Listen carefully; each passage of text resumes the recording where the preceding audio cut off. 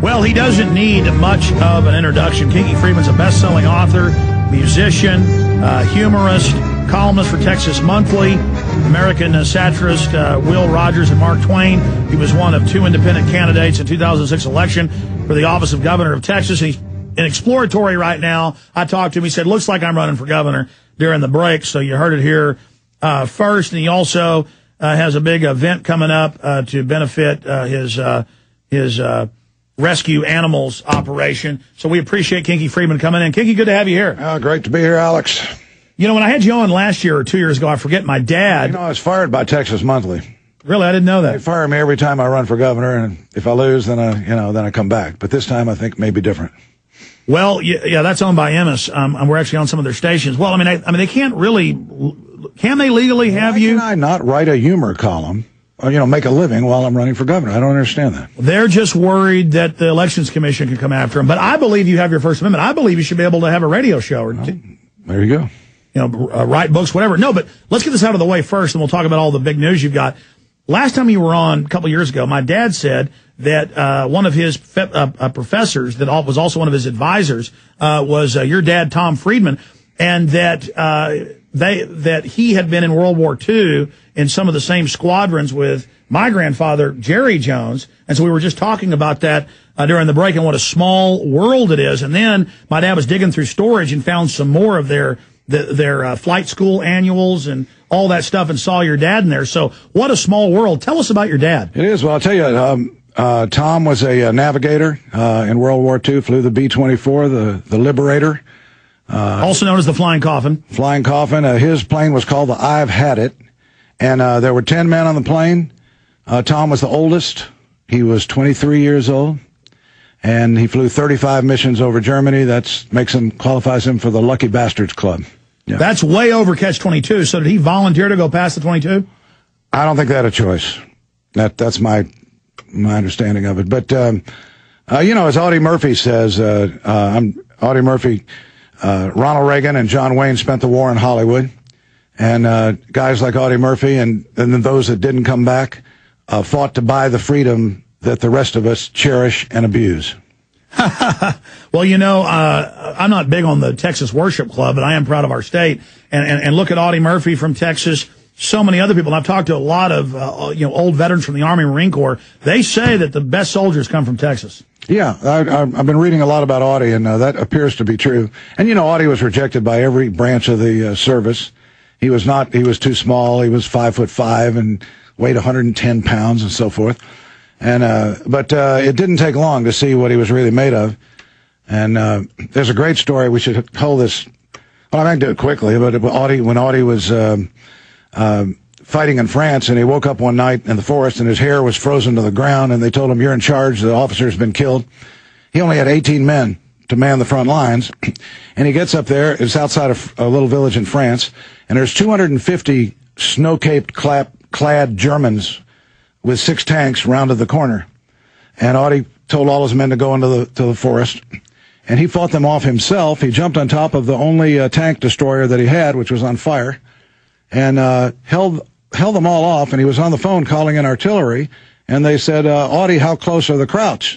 And he says, "Hold on a minute, I'll let one of the bastards speak to you." They're 10 yards away. Yeah. Anyway, he killed like 100, 150 of them, and for that he won the Medal of Honor. Well, that's certainly a fighting spirit. He not only had a lot of courage, he also was charmed. Yeah, he was very lucky, but he represents just a greatness in this country and I'm sure Audie would say that the young generation has it.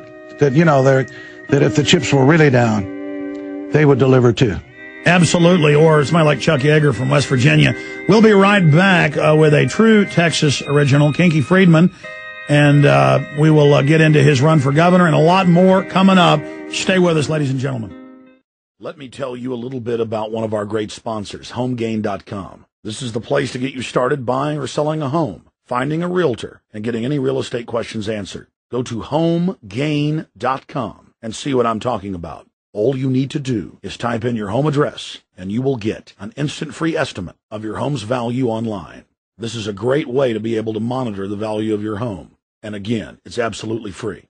There are tons of tools to help you For instance, if you want to remodel your home, go to homegain.com. Use their home sale maximizer to help you determine which home improvements can most increase your home's value before you put it on the market. For 10 years, these folks have been helping home sellers and buyers. Visit their link at Infowars.com. Look for Max, the orange home gain gorilla, to help you with any real estate needs you might have. You'll love this site. It's homegain.com. HOMEGAIN.com. Check them out today.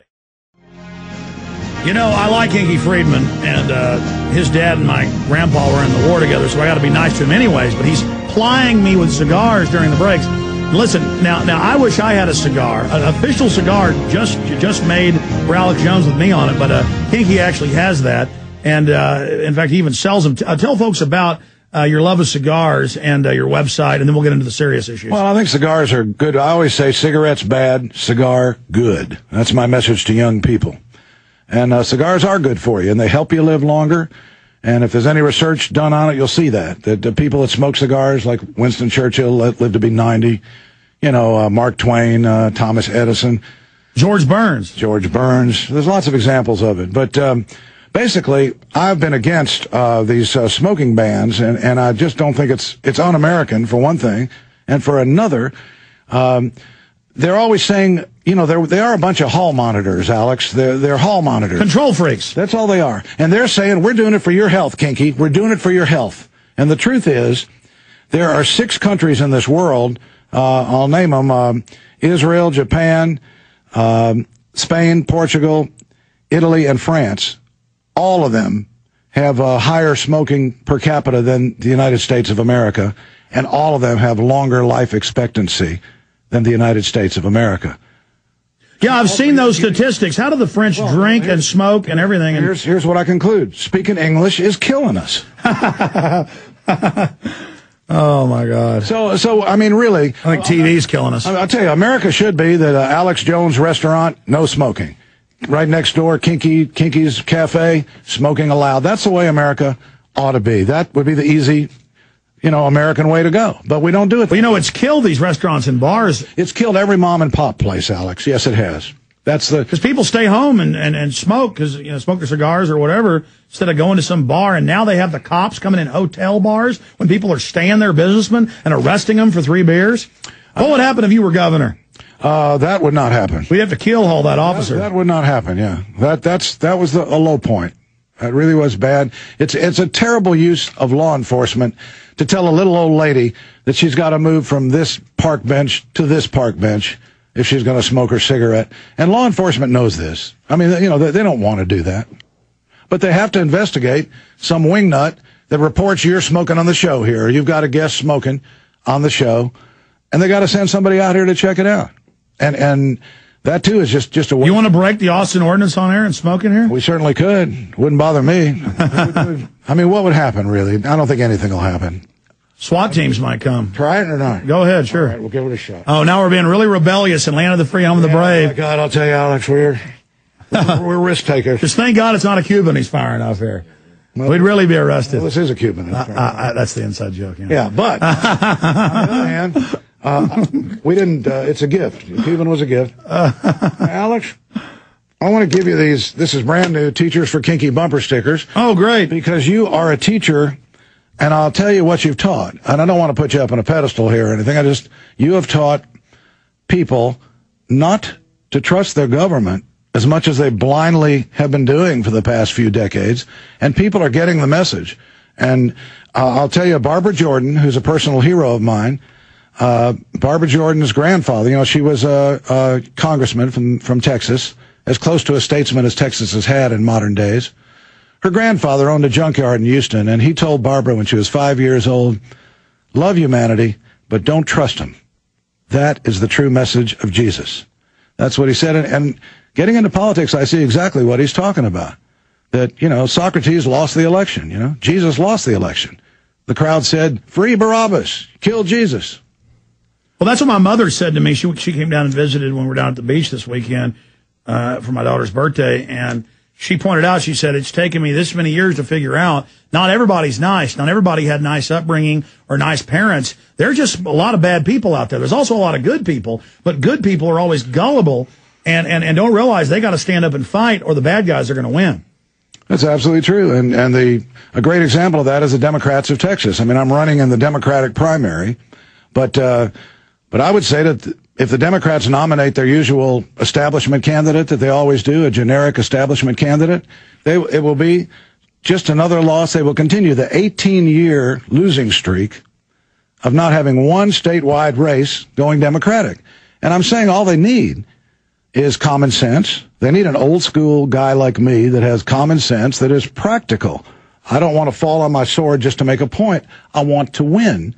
So we're showing the Democrats, we're offering an option, a new model for the Democratic Party, which includes libertarians, independents, and many, many Republicans, welcoming them all over. Now, you ran as an independent last time. That's right.